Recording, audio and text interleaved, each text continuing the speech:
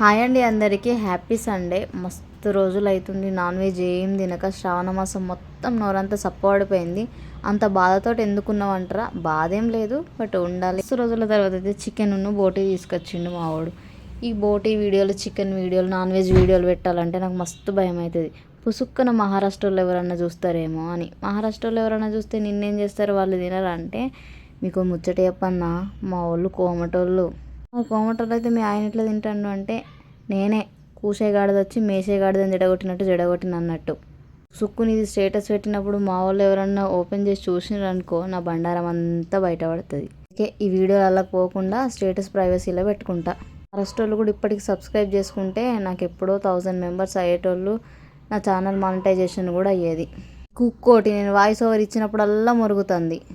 Maybe నా chicken వాసన దాని దగ్గరికి పోయింది కావచ్చు. సరే ఇక ఫైనల్గా అయితే నా కర్రీకి ఇట్లా అయిపోయింది. టేస్ట్ ఎట్లున్నదో దేవుడు ఎరుగు. ఇక మా వాడైతే బోటీ చేసిండు అన్నమాట. మొత్తానికైతే ఇలా నాన్ వెజ్ తోటి నిండిపోయింది ఇల్లంతా, గుమగుమలు.